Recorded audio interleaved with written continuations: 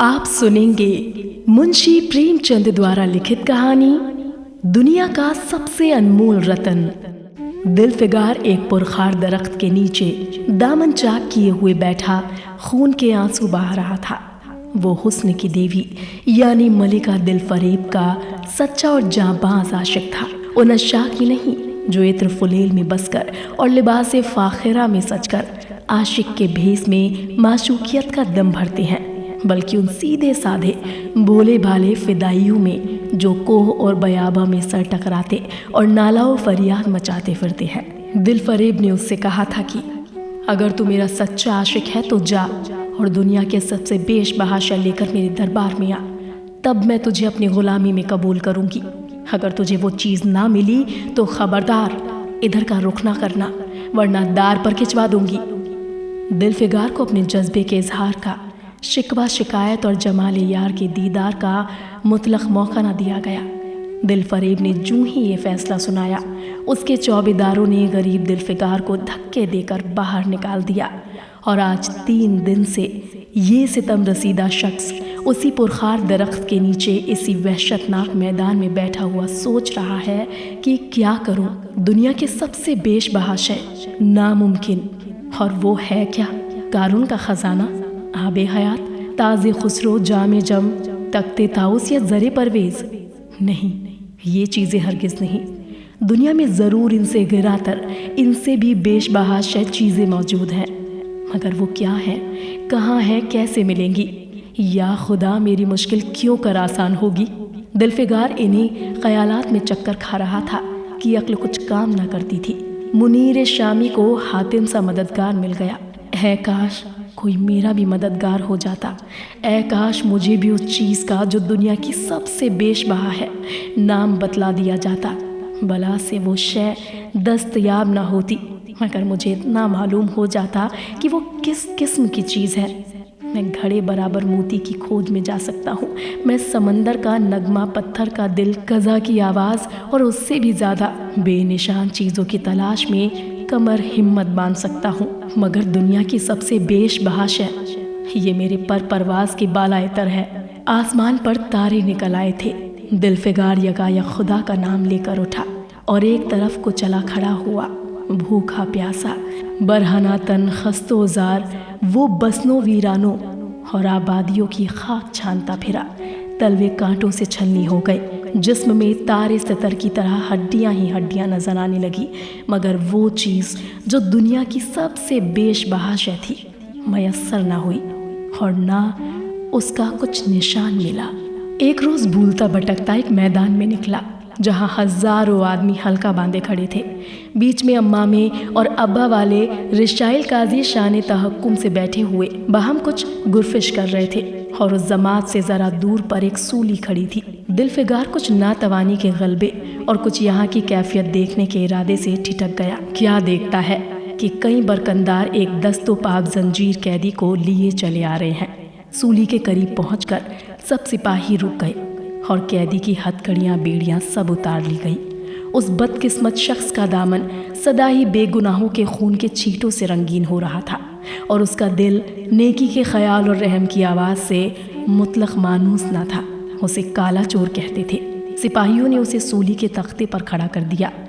मौत की फांसी उसकी गर्दन में डाल दी, और जल्लादों ने तख्ता खींचने का इरादा किया कि बदकिस्मत मुजरिम चीख कर बोला, लिल्लाह, मुझे एक दम के लिए फांसी से उतार दो ताकि अपने दिल की आखिरी आरज़ू निकाल लूं।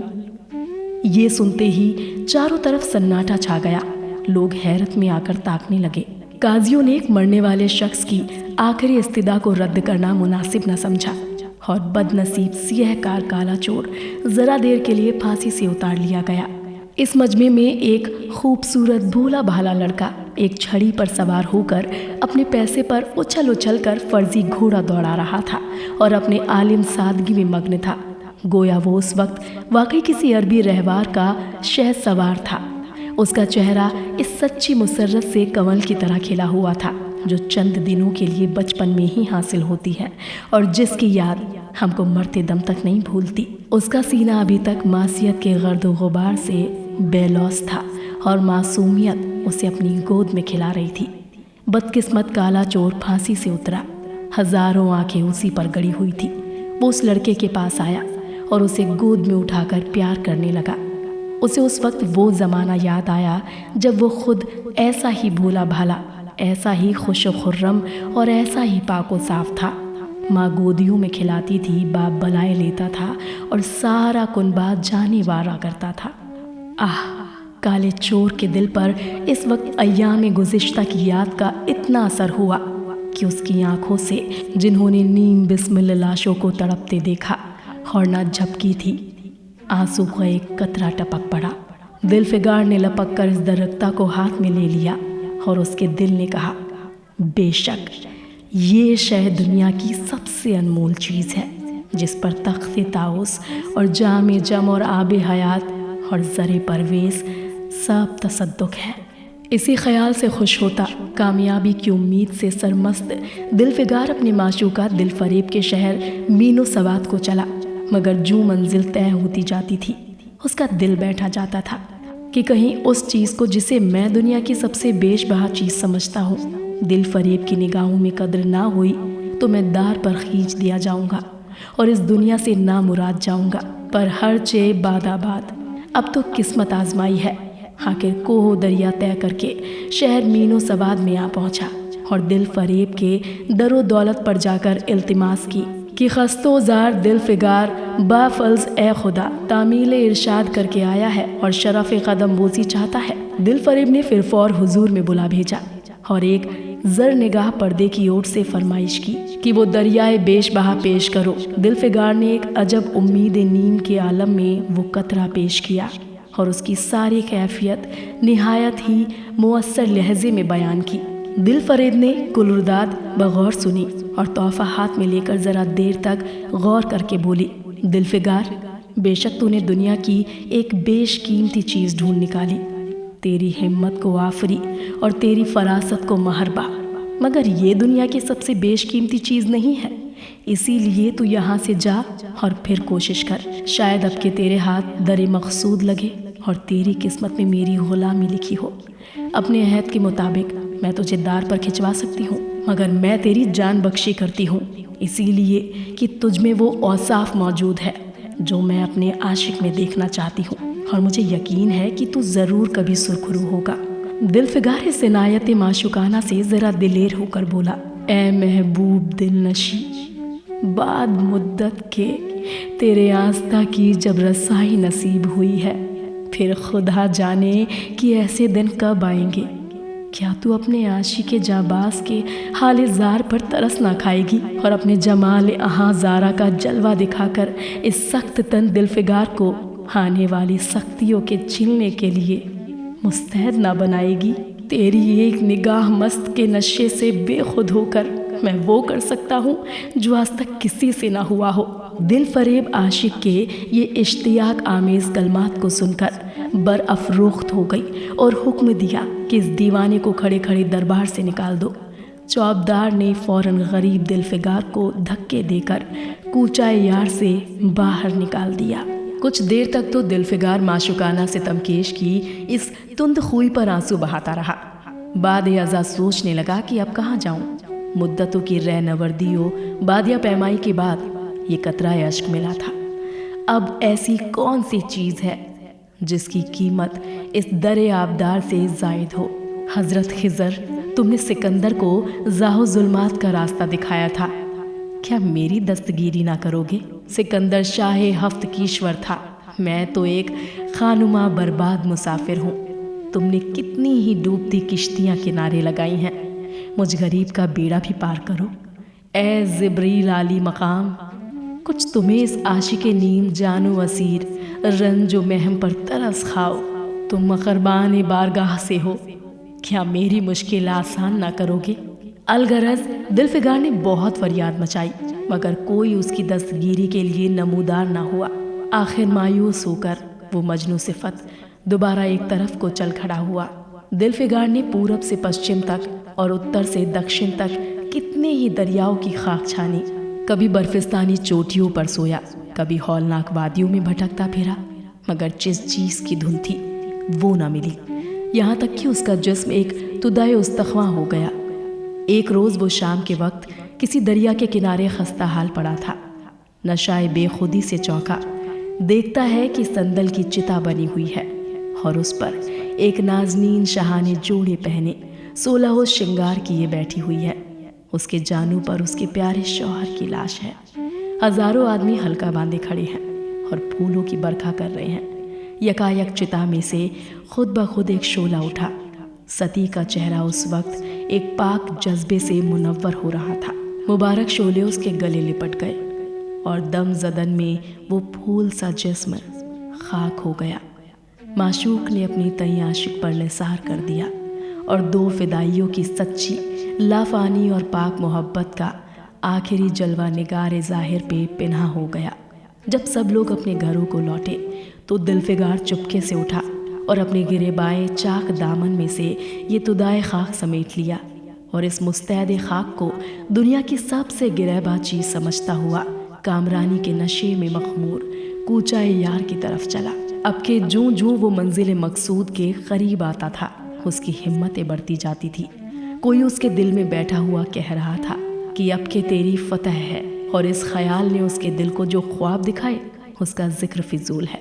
آخر وہ شہر مین و سواد میں داخل ہوا اور دل فریب کے آستانے صرفت نشان پر جا کر خبر دی کہ دلفگار سرخرو اور باوقار لوٹا ہے اور حضوری میں باریاب ہوا چاہتا ہے۔ دل فریب کے عاشق جانباز کو فوراً دربار میں بلایا اور اس چیز کے لیے جو دنیا کی سب سے بیش بہا چیز تھی ہاتھ پھیلا دیا۔ دلفگار نے جرأت کر کے اس سائید سیما کا بوسہ لے لیا۔ وہ مشت خاک اس میں رکھ کر وہ ساری کیفیت نہایت دل سوز انداز میں کہہ سنائی۔ معشوقہ دل پنزیر میں نازک لبوں سے اپنی قسمت کا مبارک اور جاں فضا فیصلہ سننے کے لیے منتظر ہو بیٹھا۔ دل فریب نے اس مشت خاک کو آنکھوں سے لگا لیا اور کچھ دیر تک دریائے تفکر میں غرق رہنے کے بعد بولی، اے عاشق جانثار دلفگار، بے شک یہ خاک کیمیا شفت جو تو لایا ہے دنیا کی نہایت بیش قیمتی چیز ہے، اور میں تیری صدق دل سے ممنون ہوں کہ تو نے ایسا بیش بہا تحفہ مجھے پیش کیا، مگر دنیا میں اس سے بھی زیادہ گرا قدر کوئی چیز ہے، جا اسے تلاش کر اور تب میرے پاس آ، میں تہہ دل سے دعا کرتی ہوں کہ خدا تجھے کامیاب کرے۔ یہ کہہ کر وہ پردہ زرنگار سے باہر آئی اور معشوقانہ ادا سے اپنے جمال جاسوس کا نظارہ دکھا کر پھر نظروں سے اوجھل ہو گئی۔ ایک برق تھی کہ کوندی اور پھر پردہ ابر میں چھپ گئی۔ ابھی دلفگار کے حواس بزا نہ ہونے پائے تھے کہ چوبدار نے ملائمت سے اس کا ہاتھ پکڑ کر کوچہ یار سے نکال دیا، اور پھر تیسری بار وہ بندہ محبت، وہ زاویہ نشین کنج ناکامی یاس کے اتاہ سمندر میں گوتا کھانے لگا۔ دلفگار کا ہباؤ ٹوٹ گیا۔ اسے یقین ہو گیا کہ دنیا میں ناشاد و ناشاد مر جانے کے لیے پیدا کیا گیا تھا، اور اب محض اس کے کوئی چارہ نہیں کہ کسی پہاڑ پر چڑھ کر اپنے تئیں گرا دو تاکہ معشوق کی زفاخاریوں کے لیے ایک ریزہ استخوا بھی باقی نہ رہے۔ وہ دیوانہ وار اٹھا اور آفتہ و خیزہ ایک سربسر فلک کوہ کی چوٹ پر جا پہنچا۔ کسی اور وقت وہ ایسے اونچے پہاڑ پر چڑھنے کی ضرورت نہ کر سکتا تھا، مگر اس وقت جان دینے کے جوش میں اسے وہ پہاڑ ایک معمولی ٹیکرے سے زیادہ اونچا نہ نظر آیا۔ قریب تھا کہ وہ نیچے کود پڑے کہ ایک سبز پوش پسر مرد سبز امامہ باندھے ایک ہاتھ میں تسبیح اور دوسرے ہاتھ میں عصا لیے برآمد ہوئے اور ہمت افزا لہجے میں بولے، دلفگار، نادان دلفگار، یہ کیا بزدلانہ حرکت ہے؟ استقلال راہ عشق کی پہلی منزل ہے، بائی ہما ادائے عاشقی تجھے اتنی بھی خبر نہیں؟ مرد بن اور یوں ہمت نہ ہار۔ مشرق کی طرف ایک ملک ہے جس کا نام ہندوستان ہے، وہاں جا اور تیری آرزو پوری ہوگی۔ یہ کہہ کر حضرت غائب ہو گئے۔ دلفگار نے شکریہ کی نماز ادا کی اور تازہ حوصلے، تازہ جوش اور غیبی امداد کا سہارا پا کر خوش خوش پہاڑی سے اترا اور جانب ہند مواجہت کی۔ مدتوں تک پرخار جنگلوں، شربار ریگستانوں، دشوار گزار وادیوں اور ناقابل عبور پہاڑوں کو طے کرنے کے بعد دلفگار ہند کی پاک سرزمین میں داخل ہوا اور ایک خوشگوار چشمے میں سفر کی कुफलते धोकर गलबा मादगी से लबे जुए बार लेट गया। शाम होते ही वो एक खफे दस्त मैदान में पहुंचा जहां बेशुमार नीम कुश्ता बेजान लाशें कफन के बगैर पड़ी थी। जगो जगन और वहशी दरिंदों की गर्म बाजारी थी और सारा मैदान खून से शंगर्फ हो रहा था। ये हैबतनाक नज़ारा देखते ही दिलफिगार का जी दहल गया। खुदाया, किसी अजाब में जान फंसी। मरने वालों का करहाना से सकना और एड़ियाँ रगड़कर जान देना, दरिंदों का हड्डियों को नोचना और गोश्त के लोथड़ों को लेकर भागना, ऐसा हौलनाक सीन दिलफिगार ने कभी ना देखा था। यकायक उसे ख्याल आया, मैदान कारजार है और ये लाशें सूरमा सिपाहियों की हैं। इतने में करीब से कराहने की आवाज़ आई।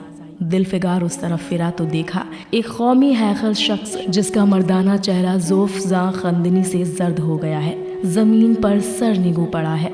सीने से खून का फव्वारा जारी है, मगर शमशीर आबदार का कब्जा पंजे से अलग नहीं हुआ।